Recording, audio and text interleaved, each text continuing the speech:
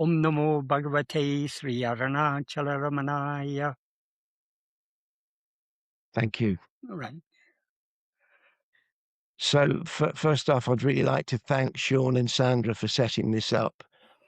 And I thought it'd be good to start, as I have this opportunity to speak to you, with what, in the short time I've tried to practice Bhagavan's way, what has inspired me. And maybe from that, there are some points I might have some wrong, or I thought if I put them out to you, Right.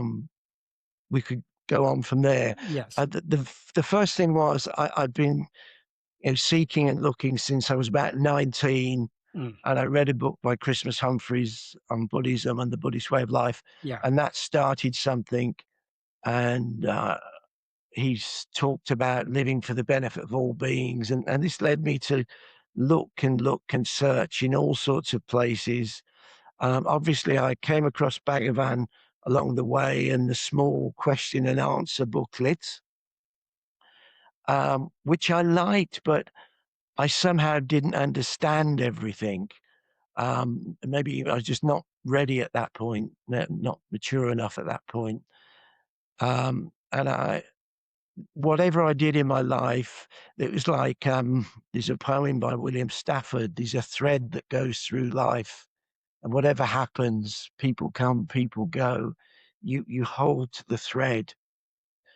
And my interest in spirituality has been like that. It's been a thread that all sorts of things, when you get to a certain age, your parents have left, one of my brothers have, so all sorts of things, jobs have come and go, illnesses, but the thread has stayed there. But I was, though I was looking and thinking, I need to relax more and let go of problems. This was the type of direction I was looking. And then I came to some of the Zoom meetings. I think initially with the Ramana Maharshi Foundation, London, UK. And there was one particular thing when I was talking to you that really stood out for me, because somehow it really simplified, and it was like a weight. It was like the jungle was cleared, and that was the illiterate woman, Akhilandammaiyar. I think I'm saying the name right. Akhilandammaiyar. And I know you translate it two different ways, either be without leaving yourself or be without letting go of yourself. Yes. And at that particular meeting, and I've heard you say it since, in a way, that, be without leaving yourself is a summary of all of the core writings of Ramana, Yes. brought down into a sentence. Yes. So with no great detail there. But when I heard that, I thought, yes, here's something that seems to cut through so much confusion and so many details, to turn back to be without leaving yourself, even though I wasn't completely sure, as Akhilandammaiyar, I think, said herself, she was unsure, Yeah. but she heard it, Yeah. and she knew from hearing it, this is something that's changed her. Yeah. Yeah. And I read that story later. Yeah. So I just brought that up first as the relief that simple sentence brought. Yes. And when I'm getting confused in other meetings, or reading Ramana's writings, I sometimes come back to that particular sentence as something to ground me. And I wondered, maybe there's not much more, but I wondered if there was anything to say on that particular saying.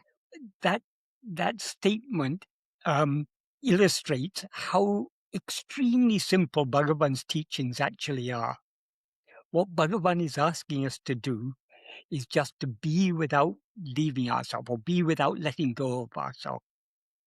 That's all we have to, that's all he asks of us. And if we, it's such a simple thing, but at the same time, for us, it seems so difficult because we have such strong inclinations to go outwards, to let our attention go out towards all the so many things that are happening in the world, our mind takes so much interest in this world. We take this world to be so real. But according to Bhagavan, as he says in the first sentence of verse 13 of Uḷḷadu Nāṛpadu, Jnanamam tane me, oneself who is awareness, who is jnana, alone is real. So all these other things that to us seem to be so real and seem to be demanding our attention, whether in the condition of the world, all the things that are happening in the world, all being injustices and so on, or whether it's our own personal life, difficulties we have. We all face difficulties of so many kinds. Financial difficulties, difficulties in relationships, health difficulties. Nobody lives a trouble-free life. Everyone faces trouble in one form or another. All these things seem to be demanding our attention. But according to Bhagavan, we need not be concerned about these things at all, because everything is happening as it's meant to happen. As he said beautifully in the 13th paragraph of Nāna, when one Parameshwara Shakti, one supreme ruling power, is driving all karyas, that's everything that's meant to happen, everything that ought to happen, everything that we meant to do, everything we ought to do, it's all being made to happen by that one supreme power. So when such is the case, why should we, instead of yielding ourselves to it, be constantly thinking it's necessary to do this, is necessary to do like that? So all Bhagavan says is just be without leaving yourself. Be without letting go of yourself. That is, the words in Tamil are, Unai vidamal iru. The verb vidu can mean leaving or it can mean letting go. So that's why the two translations, but essentially they mean the same. How do we leave ourselves? By ignoring ourselves and going outwards. Ignoring ourselves means not the self we take ourselves to be, but what we actually are, our mere being. We're constantly overlooking our being and taking interest in other things. Even this person we seem to be is something other than ourselves, but we're so concerned about this person.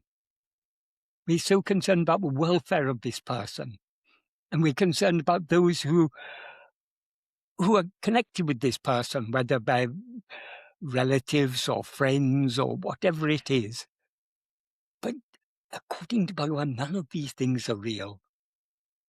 All but what is real is only our own being, I am. So that is what we should hold on to. That is what we should be without letting go of.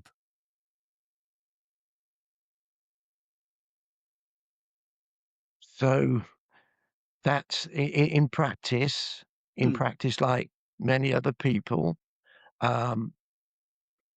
there's this feeling that it comes and it goes. When, of course, I'm probably really saying I'm distracted most of the time, or not distracted, and making an effort to turn within and be. And the obvious saying, to whom does this occur is very, very helpful, because the answer's never anything other than me or I. Exactly. There's only one answer to that, whatever is happening. And because, as you mentioned, the problems in life which we're all going through, which are the distractions. Maybe it's more right to say ego itself, or the vasanas are what's distracting us. And one other, as I was saying at the beginning, I thought I'd tell you what I'd found very attractive and drawing me in. And it also helped a good friend, this one when I brought it up, who was not particularly interested in these things. I mentioned that when you're traveling on a train, you can either carry Indian style the luggage on your head and feel the pressure, or you can actually put it down. You're still going to go to where you're going. But why strain and carry your luggage? Of course, some days I'm walking along with my luggage, it's on my head, and I'm not noticing I'm carrying it. Some days or most days. But yeah, probably most days, if I'm being truthful. But even the image is a very helpful one. It is. To not buy into it. Another thing I've noticed is your body is going to do what it does anyway. Some people are unfortunate and they get cancers and all sorts of medical conditions.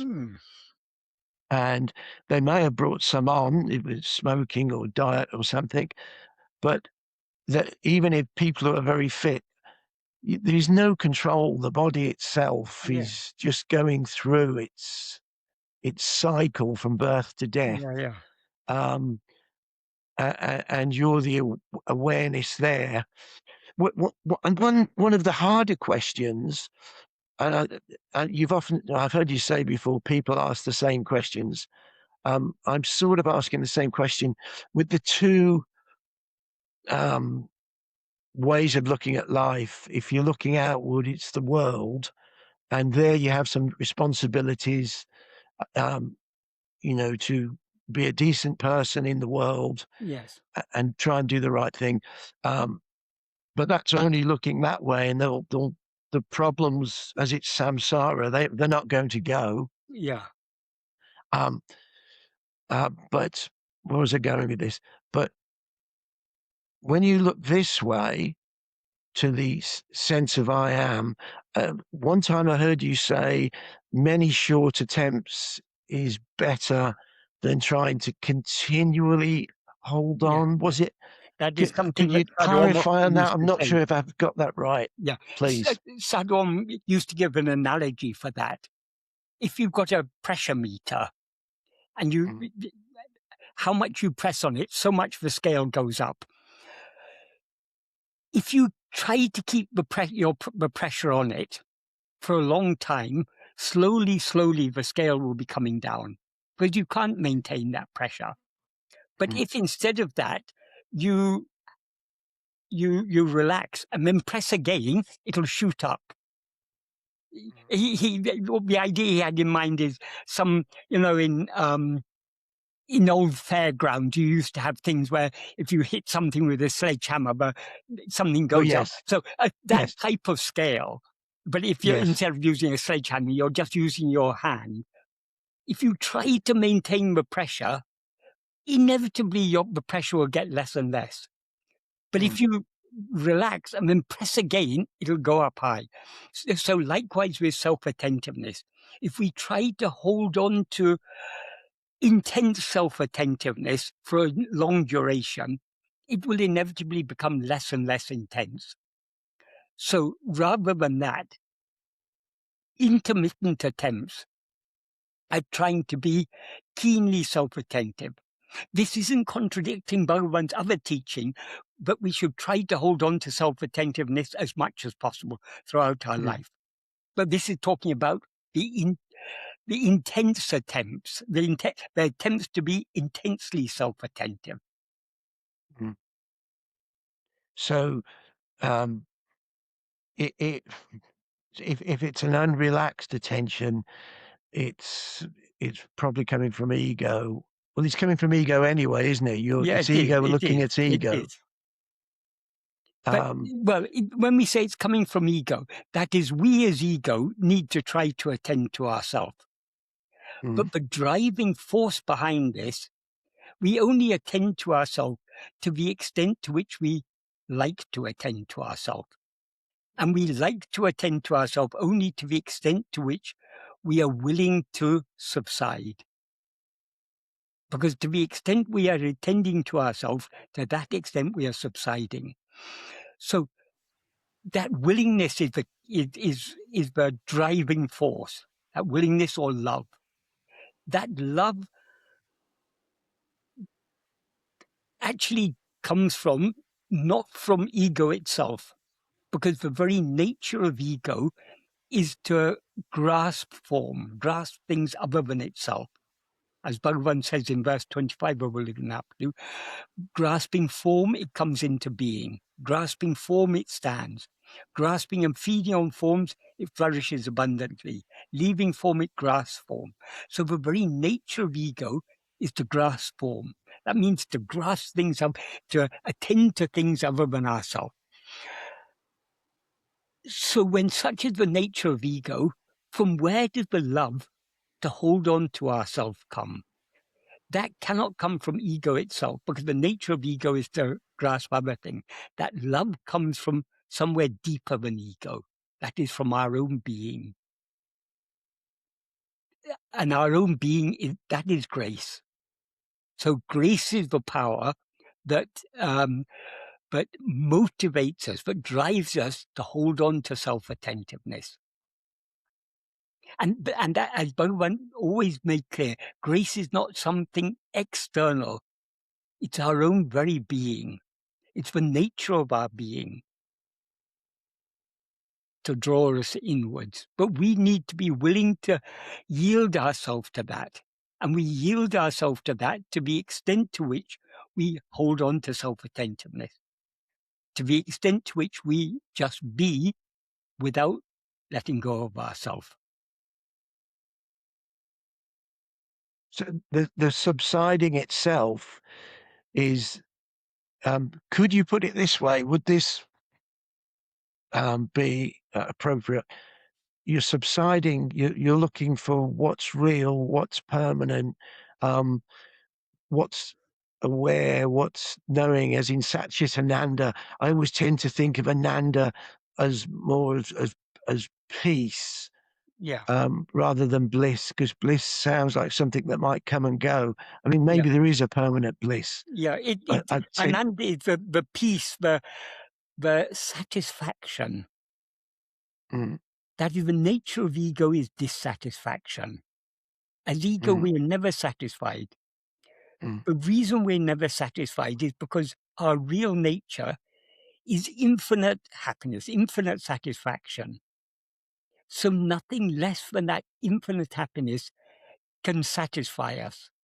So as ego, we're always dissatisfied. And that dissatisfaction is what manifests in us in the form of desires, likes, dislikes, attachments, hopes, fears, and so on. It's because of this fundamental dissatisfaction. So Ānanda is the opposite of that. It is the perfect as you say, it's the peace of just being. And being contented with just being. I read one thing I also wanted to ask you on the same track. I really like the word subside. I think that's probably come from listening to you. I love that word. I love that word. But Bhagavan there are several words Bhagavan uses in Tamil, but he's constantly pointing out. I mean, that's what this path is all about. That is the essence of spirituality, is subsiding. And that's what is surrender. Surrender is subsiding. And subsidence is humility. I really like that. Yeah. Subsidence is humility. Bhagavan used to say humility is divinity.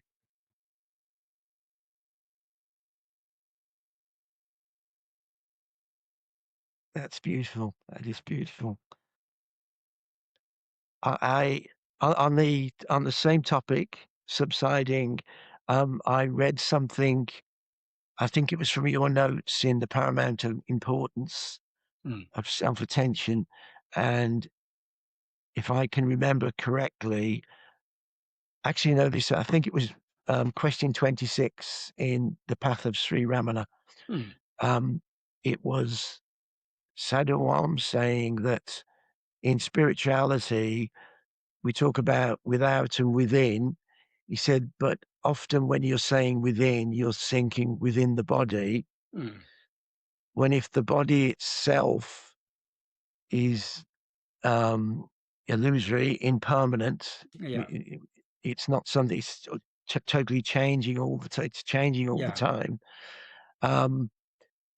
He was sort of saying that don't think of it as you're subsiding into the I am, but you might place it within the body, but eventually there's no in and no out. Is this something I don't know if you could say something about that? Yes, that is, so long as we rise as ego, we are aware of things other than ourselves. Those other things all seem to be external to ourselves. It's most obvious in the sense of the world. The world is something external to us. So our aim is to turn our attention back within. But what is within? Superficially, if the world is outside, then the heart and lungs and all these other organs are inside. But that's taking ourselves to be the body. But that's not what is really meant by inside. So then is inside all the thoughts and feelings and emotions and everything? No, only if we take ourselves to be the mind, all these things we can say are inside. But when Bhagavan talks about turning within, he means turning our attention back to ourselves. So this distinction between inside and outside is very important so long as we rise as ego. Because by our very rising as ego, we create this distinction between subject and object. So turning within means turning back towards the subject. That means turning away from all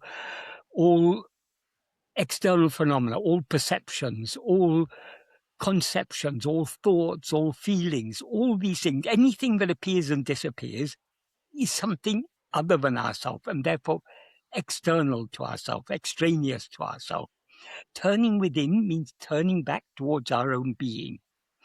So that distinction is very important so long as we rise and aware of other things.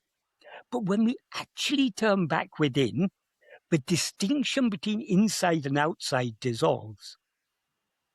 Because what actually exists is only ourselves. There is a beautiful Bhagavan translated Dṛg-Dṛśya-Vivēka, which is a work of that's generally attributed to Adi Shankara. Bhagavan translated that into Tamil, and he wrote an introduction. And as far as I remember, the introduction is nearly a page, and I think the whole thing is one sentence. Yeah, I think it's one sentence. I can't. Oh no, there's a. No, yeah, I think it's all one sentence. But there's one portion of this that I like very much, where he's really talking about a practice. What he says is, Purva samskaritanal, by the previous samskaras, vasanas,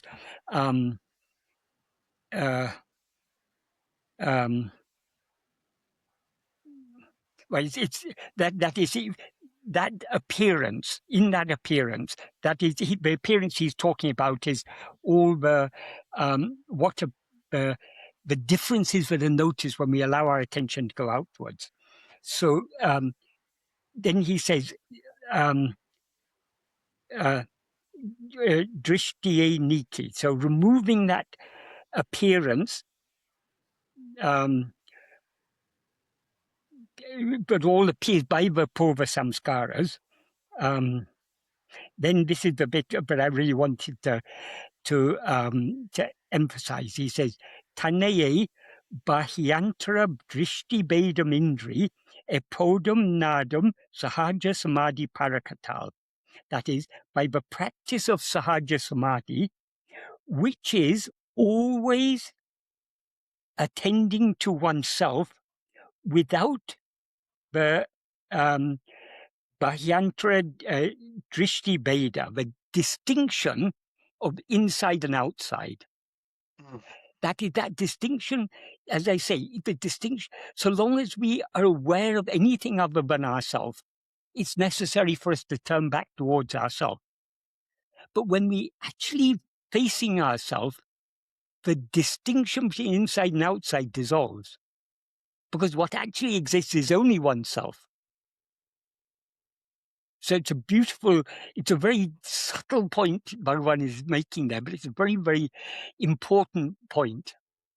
And just so that I don't forget, the name of the translation was of Dṛg-Dṛśya-Vivēka. Dṛg-Dṛśya-Vivēka is a very important term. Dṛg means the seer, literally. Dṛśya is what is seen, and Vivēka is distinguishing.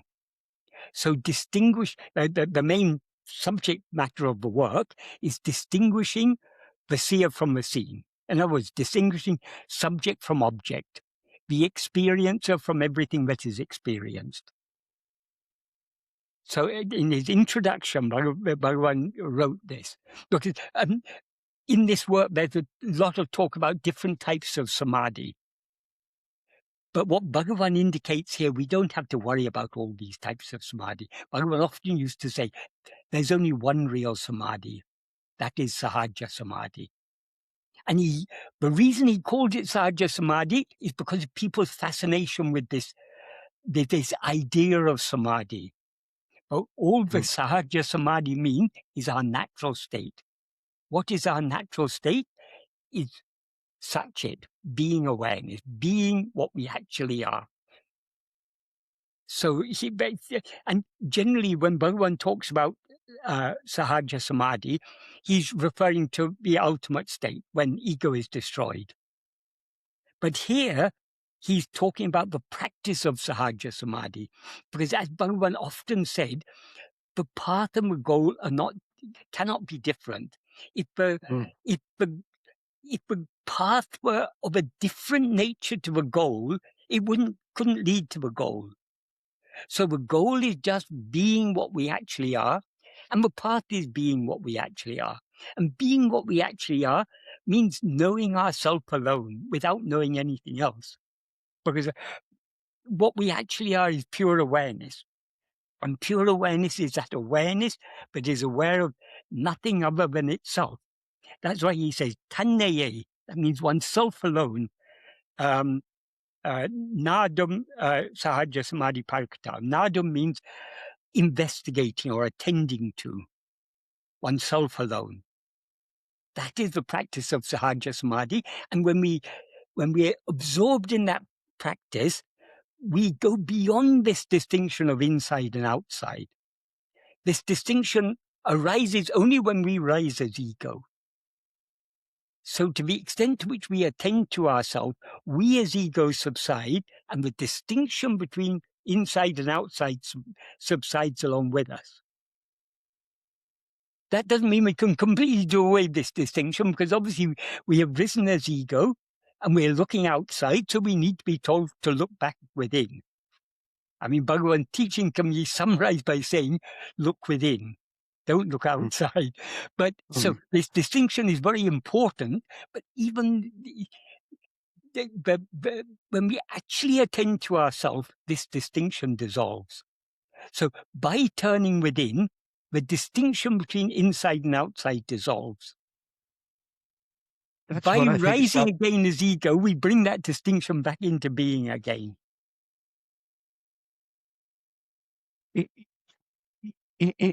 I mean, it's almost like we've got to the ultimate here, but in practicing, In Bhagavan's time, they would chant his works and other works as a way of keeping their mind focused.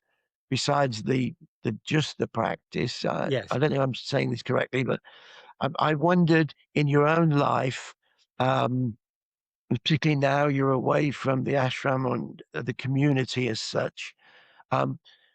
Do you recite or chant and the teachings to help you stay?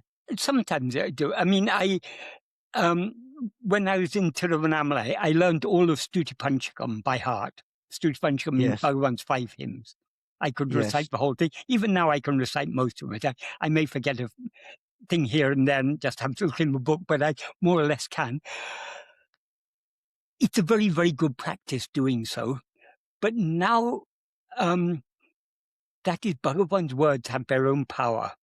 So even if we don't understand the meaning of his words, just like Akhilandammaiyar, she didn't really understand. When Bhagavan said, Une vidamaliru, she didn't really know. To the end of her life, she said she didn't know what those words mean.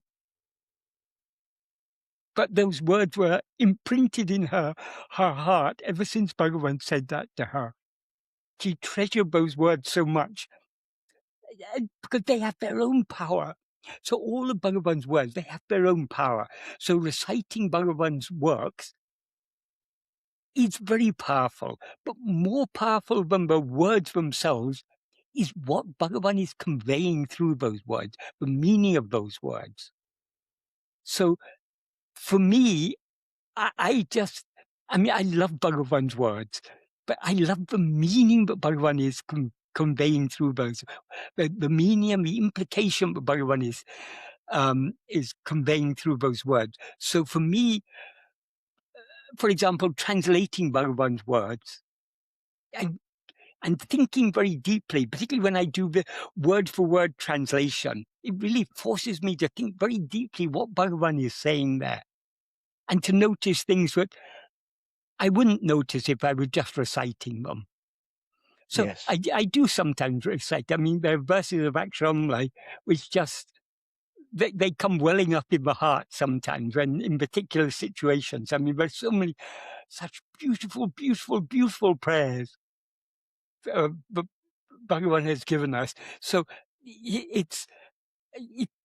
anyone who feels inclined to do so, I would strongly recommend the recitation of Bhagavan's words. But while reciting them, it's good to also, I mean, it's not, as they say, even if we don't understand, the words have their own power, because they come from Bhagavan, who is the ultimate source of all power. Because as Bhagavan says in one verse in Upadesha Tanipakkal, power and peace, Shakti and Shanti, they're not two different things. What is experienced within as Shanti, peace, is what appears outwardly as power. So because those words of Bhagavan, they come from that source of infinite peace, which is also infinite power. They have their own power. But the power is not only in the words themselves, but also in the meaning of the words. Those words Bhagavan's words are conveying something to us. So, it's not the fact that I don't often, I don't, at one time I used to, when I was living in Tiruvannamalai, I used to go around the hill every day. And I would recite the whole of Akhilandammaiyar, at least in my mind, while going. Now I don't do that. It's not out of any disregard for the efficacy of doing so, but for me, keeping the mind dwelling on Bhagavan, thinking deeply about what he's actually saying in those verses, that's what sustains me. That's what constantly encourages me to try to put into practice what Bhagavan is pointing at in all his words. One thing that you said that I'd never heard and I didn't understand was that with any other teaching is that Bhagavan is shining in the hearts of all of us and of every single being. Yes. And this teaching really, really drew me in, because I thought this is so beautiful that I think you said something like, from the smallest ant to the greatest God, that Yeah. the I am is Yeah. it's shining in the heart, and that is and that's what is drawing us. That's how I take it.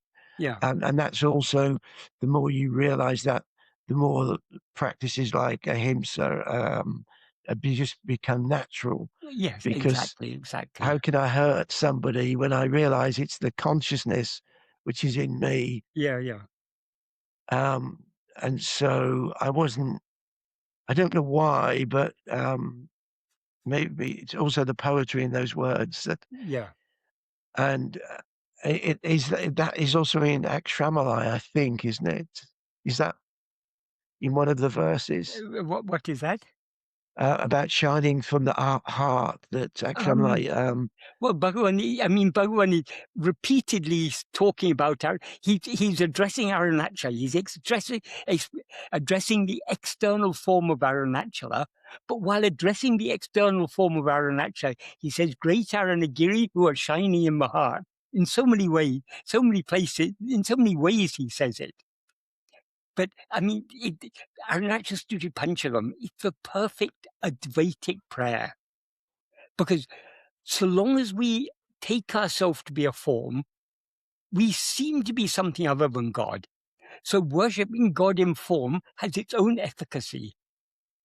But even while worshipping God in form, we should be constantly remembering that what appears externally in that form, in the form of Arunachala, or form of Bhagavan, or in the form of any god or goddess, Krishna, Rama,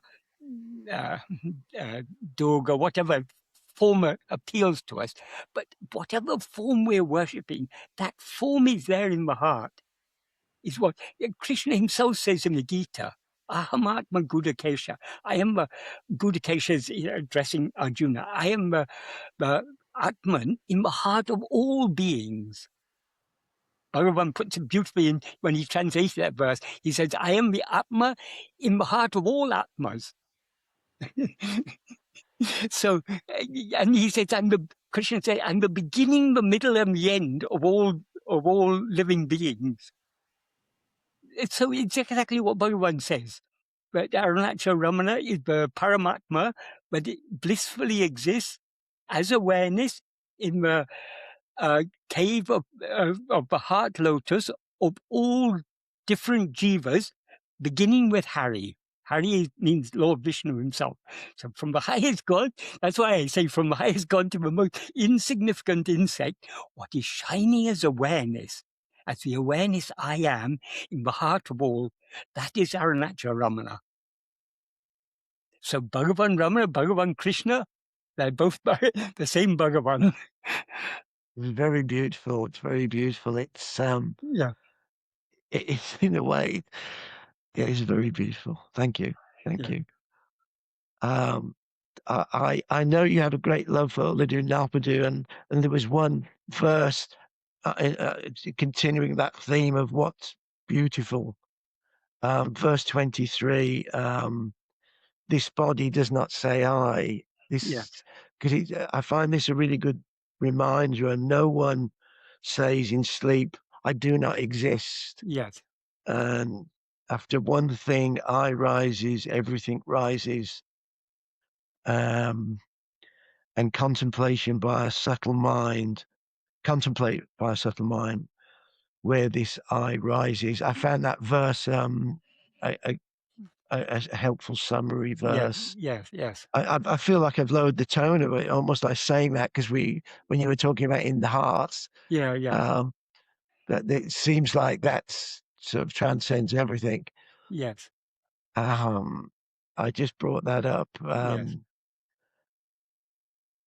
So, and can I say on the things that I've slightly struggled with as well, that Yes. obviously besides the practice and working with that, one thing that came to me and I thought I'd put to you is that many people have difficulties with saying this is all a dream. Yes. And I did speak to you once and say, is what I understood is everything is impermanent. Everything I hear, taste, touch, feel, see is just change. Yes. But I'm looking at what doesn't change. Yes. But within the world, as my attention goes there, I was thinking that the two dreams, the dream at night in sleep, yes. and the waking dream, Yes. both are impermanent.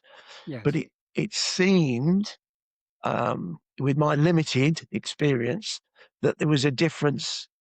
But in that, if I kill somebody in a dream, I wake up with maybe a sense of relief. Oh, it was only a dream. Mm. But I would have a total revulsion of any violent act like that within this dream. So there seemed to be a difference in the two dreams. Yes, but why? If you didn't wake up, if you killed someone in a dream and you didn't Yes. wake up immediately, Yes. wouldn't you be feeling remorse? Yes. Yeah. Definitely. So it's the same. It's the same. The difference is the whole of our life, the whole of the life of our life as Steve or as Michael or as anyone, this whole life is one dream. This dream is interrupted by periods of sleep, and the sleep is interrupted by periods of dream. So the dreams we have in our sleep, or that interrupt our sleep, are dreams within a dream. The whole of this life is a dream. That is why generally in dream, you're the same Steve. When you dream, you're dreaming yourself as Steve. You will have memories. You may remember your childhood.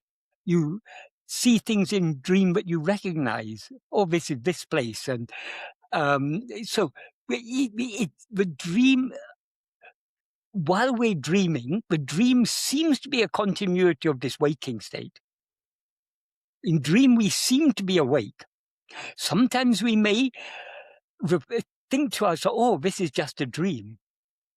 But still, it seems to be a waking state. Even if we see things in dream, but we know are not possible. If, for example, if we climb up a hill and find ourselves on a beach, that's impossible in waking state. It doesn't happen. You have to climb down the hill to come to the beach. But we see things in dream, but make no sense from a waking perspective. So at such times, or we find ourselves flying or something. We know in the waking state we can't fly, but we find ourselves flying in dream. So at such times, we may be aware of the fact this is just a dream. But even though we're aware of the fact that it's just a dream, it seems so real. In fact, sometimes when we fly in a dream, it seems to us, how is it I never noticed how easy it is to fly? If I had known this, I could have been flying so many times. I could have flown in the past. It would have been very convenient sometimes to get out of awkward situations, or it just seems so effortless. But it all seems real so long as we experience it.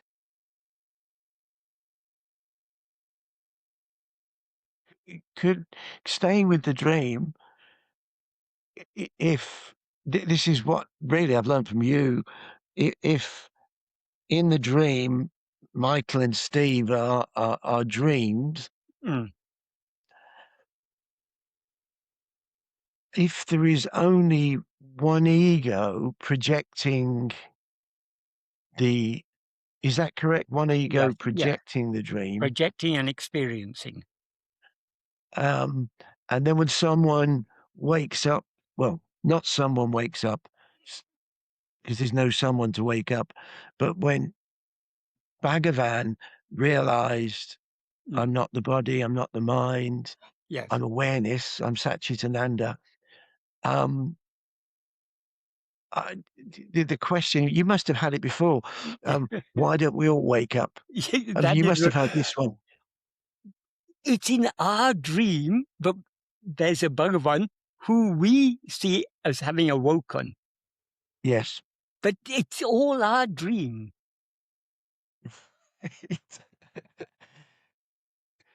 So, right. Yes, there is just one ego. The very fact that we're dreaming now shows that one ego hasn't yet woken up. Yes. So we need to, this is where we need to, if someone wanted to, they could find many, may seem to be logical contradictions in Bhagavan's teachings. But particularly this thing about Ēka-Jīva, it seems there's so much scope for contradiction, but this is why Bhagavan's teachings are very, very simple, but they're also very deep and subtle. So to understand, to appreciate his teachings, we need a very subtle understanding. So we need to see the very teachings on different levels. So the fact that Bhagavan there was a 16-year-old schoolboy called Venkataraman who had a fear of death. And that when he had that fear of death, he awoke from the dream, ego was destroyed. And what then remained was that the egoless shell was then, what was shining through that egoless shell was only Bhagavan, God himself was shining through that shell. That's all true at a certain level, but even that is all within our dream. Does that mean that people find it very difficult if you say that the external name and form of Bhagavan is just a part of our dream? They feel we're disrespecting Bhagavan. But Bhagavan himself has given answers for this. He says, but name and form of a guru are unreal. They are like the lion that appears in the dream of an elephant. There is a belief that elephants are not afraid of anything except lions. And they're so terrified of lions, if an elephant dreams of a lion, the shock of seeing a lion will cause it to wake up. So that lion in the elephant's dream is unreal, but it brings about a real awakening. Likewise, the name and form of a guru is unreal, but it has the power to bring about the awakening. Because what is shining through that name and form, what is shining through those teachings given by that name and form, that is our own reality. So Bhagavan's words, Bhagavan's Samādhi, his presence, which is not something in the past. Bhagavan is ever present, omnipresent. He's present in every moment and in every place because he's our own being. He's the being of all things. So there cannot be a place where he is not present. His presence has such a power to awaken us, but we must be willing to yield ourselves to that.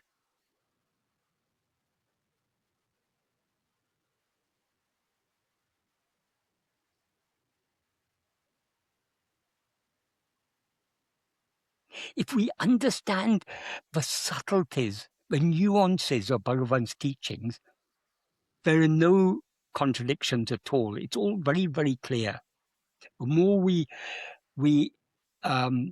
soak ourselves in his teachings and soak ourselves in the practice of his teaching, because the real clarity, to some extent we gain clarity from Bhagavan's words, but the real clarity is Bhagavan shining in our heart as I am. So the more we turn our attention within, the more we dwell on our own being, the more we are bathing in clarity, so to speak. We're immersing ourselves. And that clarity is what purifies us, cleanses us, and gives us the clarity to not just to understand Bhagavan's teaching, certainly, but also to see clearly that this is the truth. There's a word in Sanskrit, Śraddhā, which is often translated as faith,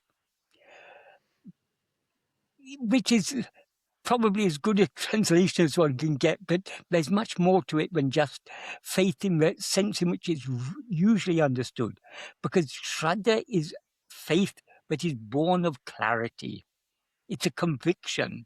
It's a seeing clearly. They talk about one of the important qualifications for following the path of this path of jnana is to have Śraddhā, to have faith in the words of the scriptures and the Guru, is how they put it. But that is not just, it's not faith in the sense of just acquiescing. Okay, I agree with this. I accept this. Like how faith is very much emphasized in Christianity.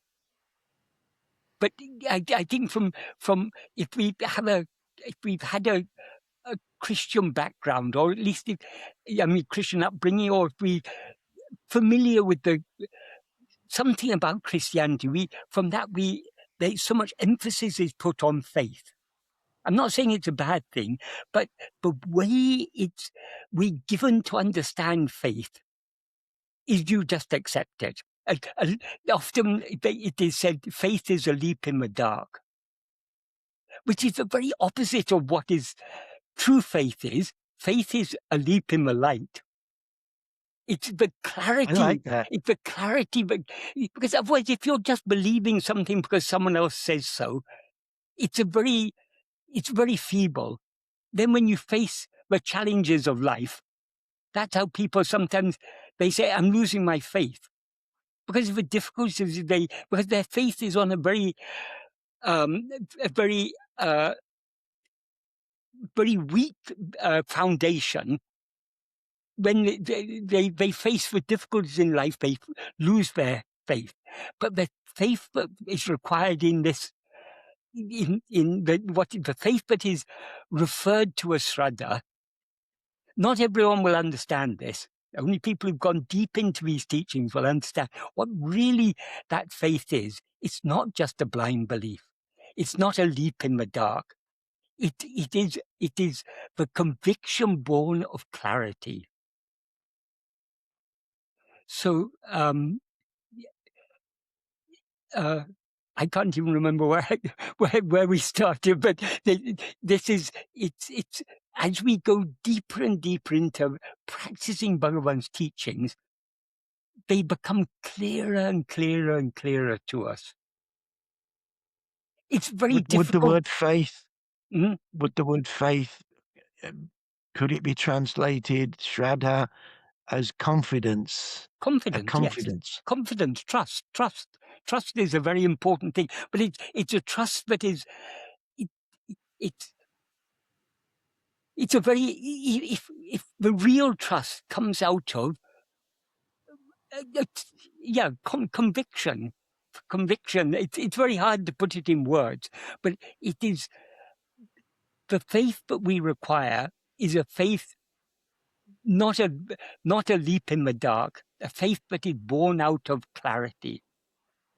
And that clarity, it's conveyed in Bhagavan's words, but it's conveyed even more powerfully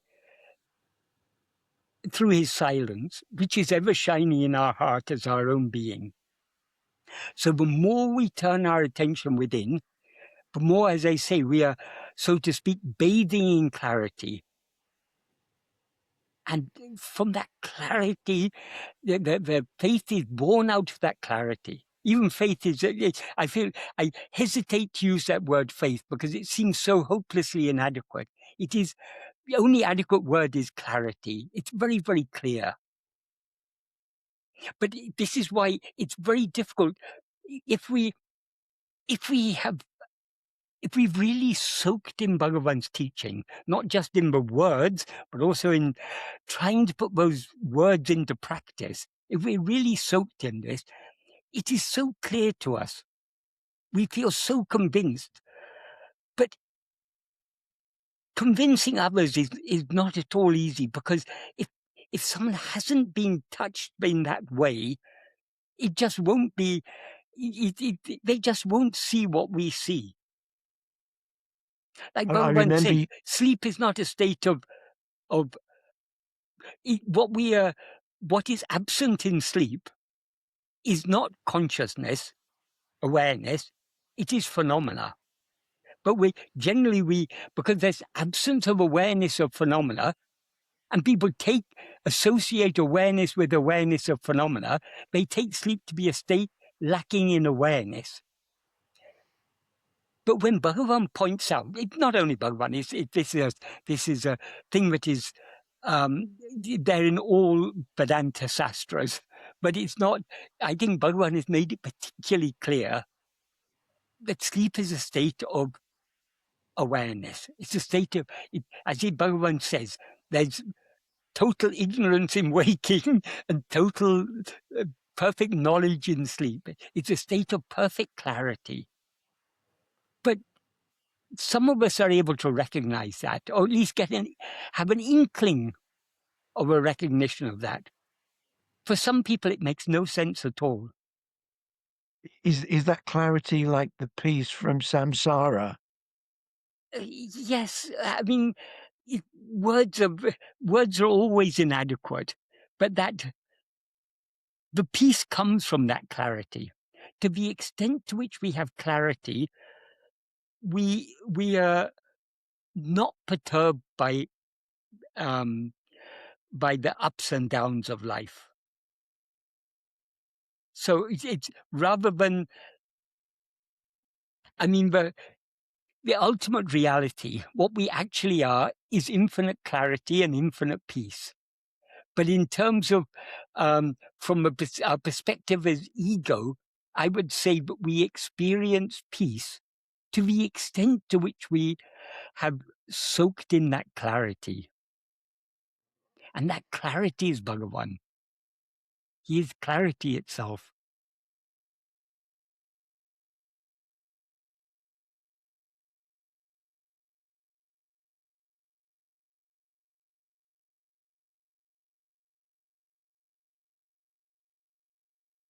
Thank you, Michael. I almost feel like I don't want to interrupt this because it feels very beautiful, and my questions seemed almost to drag it down. No, not at all. Not at all. You started with from a very nice starting point. Be yes, without leaving yourself. yes. Unne vidamaliru. That really is such a beautiful summary of Bhagavan's teachings. No one can summarize Bhagavan's teachings as beautifully as Bhagavan does. In Tamil, it's just 3 words. Unne means you. In English, we say yourself, but in Tamil, if you want to say, where in English we use a reflexive pronoun, in Tamil they use the accusative case of the pronoun. So unne is you, accusative. So unne, vidamal, means without leaving, without letting go. Iru means be. So in just 3 words, Bhagavan summarized the whole of his teachings. Yes. I have these words next to my bed on a photo of Bhagavan, and Yes. because those are the words I turn to. And when Bhagavan said, be without leaving yourself, what he's pointing out to by the word yourself is himself, because he is ourself. He is what we actually are.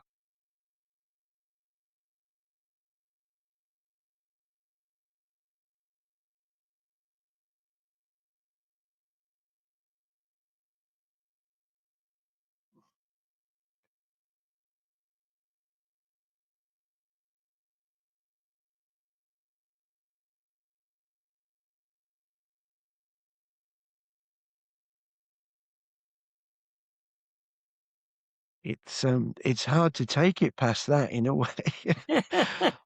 Yes. I Bhagavan what makes one even our mischievous mind silent. I actually I will say one thing that also gave me hope. I think you were talking to the very nice devotees in Spain, Yes. and somebody asked about conditions to practice, and I think I'm quoting, it was something like, even if you have 10 children, you work a 14-hour day, 7 days a week, you can still practice. Because but whatever else we may be aware of, but what is the basis of all awareness? Is this awareness I am. So we cannot be aware of anything without being aware of ourselves. So if we have that liking to attend to ourselves, we can attend to ourselves even in the midst of a battlefield.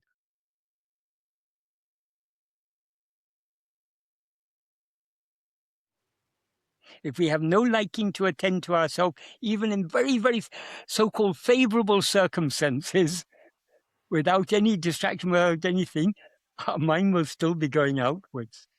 So that's why Bhagavan said, Bhakti is the mother of jnana.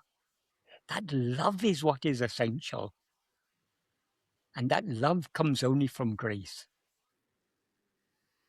But grace is not something that is given to some and not to others. Grace is our own very being. Grace is what is shining in our heart. Grace is Bhagavan himself, and he is ever shining in our heart as our own being.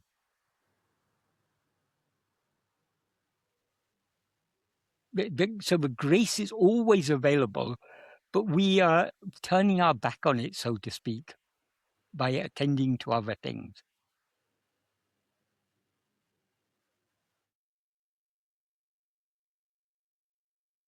So the conditions in, say, your life have changed so much. You're no longer at the ashram, Yeah. but it doesn't affect the practice at all. No, well, whatever we are given to experience, those 20 years I was in Tiruvannamalai, and almost all those 20 years I was going, towards the end I was sick, so I wasn't able to go daily, but for most of those 20 years, I was going around the hill daily. And for the first 8 years, I happened to have the great good fortune of being with Sadhu Om, helping him with teaching. That was of a tremendous blessing. And I thought all the 20 years, I thought I was going to live all my life there. But Bhagavan had other plans. He kept me there for a purpose. He kicked me out for a purpose. So, I mean, when we consider all these things, nothing in our life, whatever happens in our life, it is all for a purpose. You were describing your journey at the beginning. You were saying from the age of 19, you were interested in these things, but we all go through certain things, certain experiences we go through. Ultimately, every experience we go through,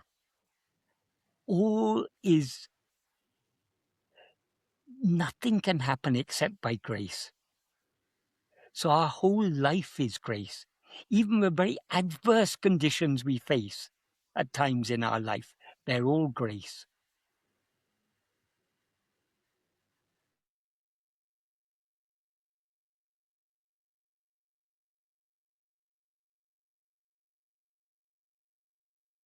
And in a way, you have to find that out for yourself. Yeah, Because yeah, I can yeah, ask you for answers, yeah, and which I've really, really appreciated, yeah, really appreciated.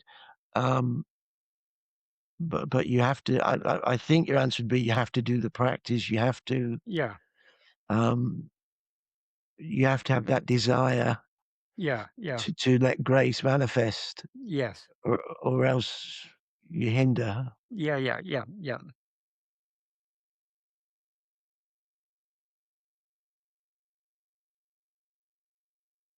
I'm tempted to say, I mean, I've written various things down here, and I've written down something from the Paramount Importance of Self-Attention when you must have written this down, I think, in 13th of December, 1977. Natanananda says, when the infinite self-shining eye is standing inside you like a rock, why do you have so many doubts? Yes. And that was, when I saw that, I found I wanted to keep that saying there. Yes. And you knew Natanananda. Yes. Yes.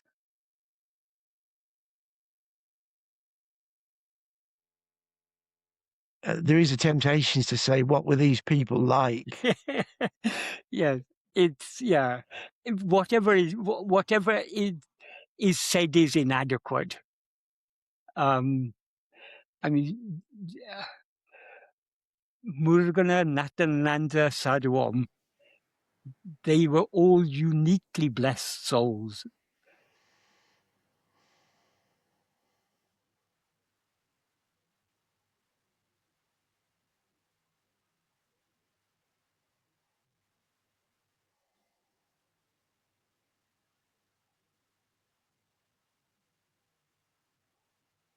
On the surface, they were three different personalities, but there was a very, very strong bond of friendship between the three of them.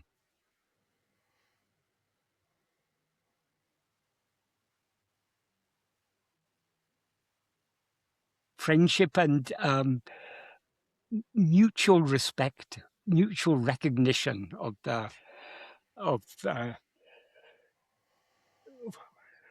yeah, it's very hard to say in words.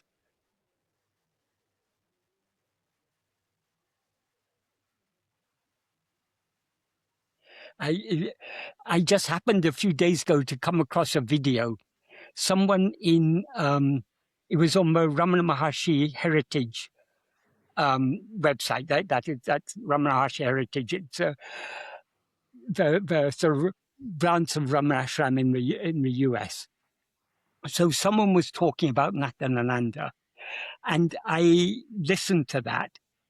And when he talks about Natanananda's last days, he said that Sadhu Om and I had gone to meet Natanananda, and he put in his own thing there. He said whenever Sadhu Om had any doubts, he would go to Natanananda and clarify his doubts.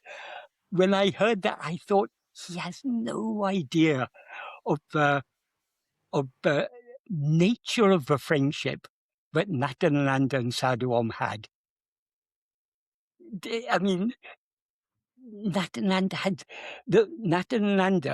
came to Bhagavan in 1918, which was 4 years before Sadhu Om was even born.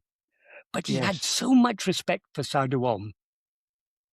The first time I met Natanananda, he told me, Bhagavan has given you a very, very precious opportunity. Do not waste this opportunity. He said, at such a young age, you were brought to India seeking something. And so coming to India, this is the best place. This is where so much spiritual wealth is here in India. But in the name of spirituality in India, that is in this vast ocean of spirituality that is India, there are so many sharks. It's so easy to fall into the snares of basically, he was alluding to all the false gurus and so on. He said, you're very, very fortunate that you have come to Bhagavan. That is the greatest good fortune. But even those who come to Bhagavan, very few come to really understand who Bhagavan is, what his teachings are. You have come to the very best person, Sadhu Om. He, more than anyone else, Sadhu Om can enable you to understand who Bhagavan is, what Bhagavan's teachings are. he said, so he had so much admiration for Sadhu Om. He wrote so many verses on Sadhu Om. So because I saw their friendship firsthand, I can appreciate it. But this person who was talking, he obviously never met Natanananda, never met Sadhu Om. So he from what he heard from people, he's saying. So he had no idea of the beautiful, that is, I know, but I never met Muruganar, because Muruganar passed away in August 73, which was just after I'd left school, actually. So I never had any opportunity. I came to Tiruvannamalai about 3 years later. So I never, but I know the friendship of Sadhu Om and Muruganar was very like the friendship of Sadhu Om and Natanananda. I mean, it was a three-way. They were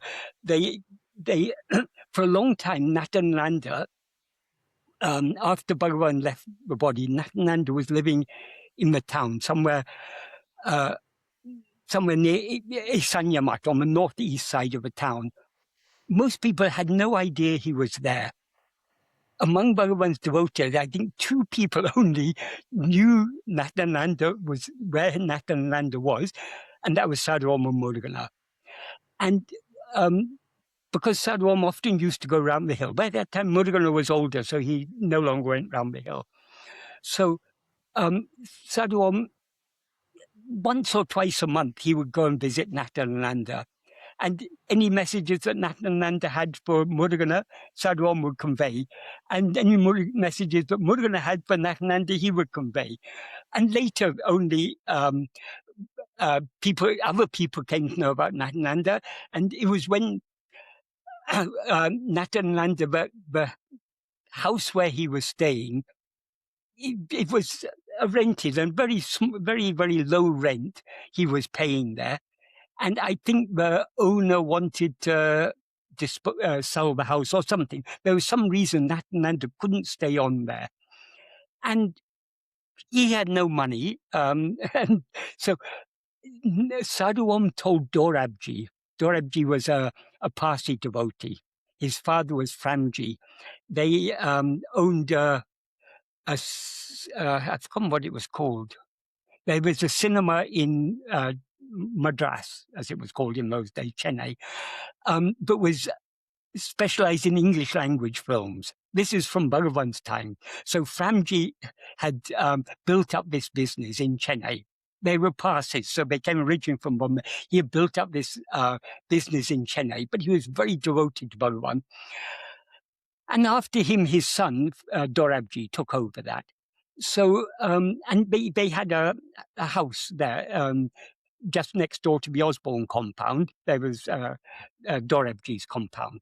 So Sadhu Om told Dṛg-Dṛśya that Natanananda is basically about to become homeless. Can you do something to help him? And Dṛg-Dṛśya had a small hut in his compound, so he happily gave that hut to Natanananda. Then only other people came to know about Natanananda. I mean, I think some people say, but people believe that he had passed away. Nobody knew that he was still alive. But but it's Sadhu Om, Muruganar, and Natanananda. They were so close together. And another nice thing people used to say about them, they used to say, Muruganar's a coconut, Natanananda's a jackfruit, Sadhu Om is a banana. What they mean is, Muruganar has very good things inside, but very difficult to crack open. The jackfruit is very rough on the exterior, and even to open it, when you get inside, it's all sticky and everything. It's very difficult. But when you get inside, the such precious, tasty things are there. Natanananda is like that. But Sadhu Om, even Natanananda told me this. He said, no, he said, it's a wonder to him. People don't appreciate Sadhu Om more. Because he said, Sadhu Om is so accessible. He makes Bhagavan's teachings so so easily accessible to people, but people just aren't able to appreciate what a great treasure Bhagavan has given us in the form of Sadhu Om. So that is the true humility of Natanananda. But though he was so much older, he was able to fully appreciate, and happily talked about, expressed his love and his admiration and for Sadhu Om. And it mutual respect. I mean, Sadhu Om had so much love and respect for Natanananda. So Muruganar, Natanananda, and Sadhu Om, they were just like a threesome or something. I mean, it was the three of them were had such a strong bond between them. Very, very beautiful. I have been enjoying reading your notes. Yes. The paramount importance of self-attention. And it seemed you'd not long been there, and you were taking copious notes, and I think maybe some you edited Well, later. I have edited because the notes I took were very, very, very brief notes, and also actually the later part I edited more than the earlier part. The earlier part I tried to be more closer to what I had actually noted down, but then later on I was using the notes I have made. They trigger my memory of the sort of answers that Sadhu Om would give. So it's not an exact recording of what Sadhu Om said. I made rough notes many years ago, and later, based on those notes, I reconstructed the type of answers that Sadhu Om gave. So, I mean, I'm not, I think I can honestly say I'm not in any way misrepresenting Sadhu Om. I'm presenting there what I learned from Sadhu Om, but it's much clearer in the edited version than it is in my rough notes I took at that time. Less cryptic. Yeah. How long have we been going?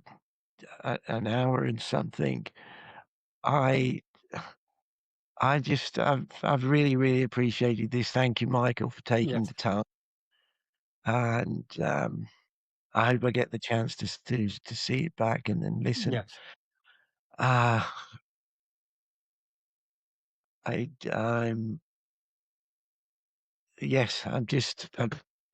have other notes here, but I almost feel like we've covered so much and so much beautiful territory. Yes. That I've really appreciated it. It's almost, you have stopped my mind. I don't want to go into these notes. Yeah. And it was very, very nice to hear about the trio of Arunachala and the relationship together.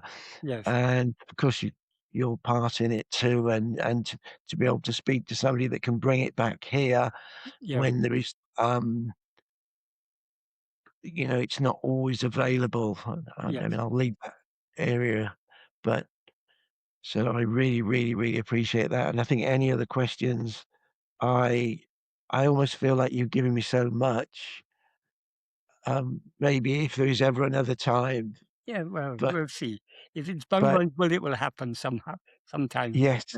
Yes, yeah. So thank you very much. I don't know if Sean is still there or. So he's upgrading, I think, at the moment. Okay. Okay. Well, but final thing, just thank you both. Thank you, Sean. Thank you, Sandra. I've really appreciated her books of your dialogues like this one, the core writings, and it's just nice to have a physical book. Yes. And I know you updated at times on your blog. You've updated sections. Yes. And I suppose just a final now, thing now in terms of what I'm translating at the moment is, or I'm revising my translations of Upadesha Tanipakkal, which is all Bhagavan, yes, the stray verses of Upadesha. So that I'm posting batches on my website, and I hope within a week or so that'll be completed. And then I think Sandra's going to revise in that core writings book based on yes. my finalized translations. Thank you very much. Thank Yeah. you. Thank you. I'm hearing a shout from below that tea's ready for my wife. Right. This is very kind of her. But thank you, Michael. That's all I can say. Thank you. Well, thank you. It's been a nice, it's always, Ramakrishna Paramahamsa used to say, when two drunkards get together, they're very, very happy. Likewise, when two devotees get together, just talking about Bhagavan and his teachings is such a great pleasure.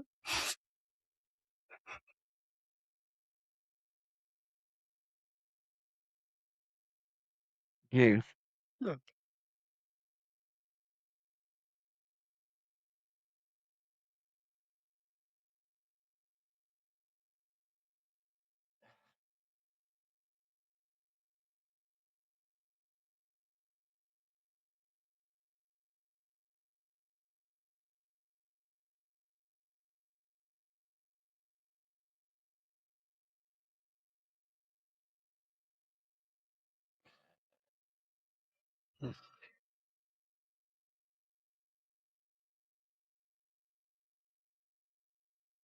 If you were here, Michael, I'd like to give you a hug.